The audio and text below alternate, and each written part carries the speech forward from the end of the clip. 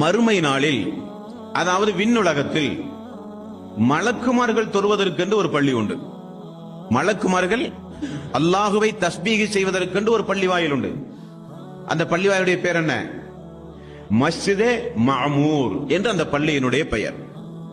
இது மலக்குமார்கள் விண்ணுலகத்தில் அல்லாஹுவை தஸ்பீஹ் செய்வதற்காக வேண்டிய உள்ள ஒரு பள்ளி வாயில், மஸ்ஜிதே மஅமூர்.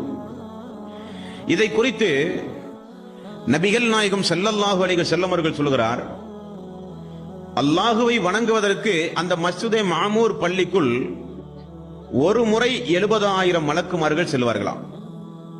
அவர்களுக்கு திரும்ப செல்ல அனுமதி இல்லையாம். பார்த்தீர்களா சோர்களே, உலகம் படைக்கப்பட்ட நாளிலிருந்து இனி இந்த உலகம் அழிகின்ற நாள் வரை இதுதான் நிலை.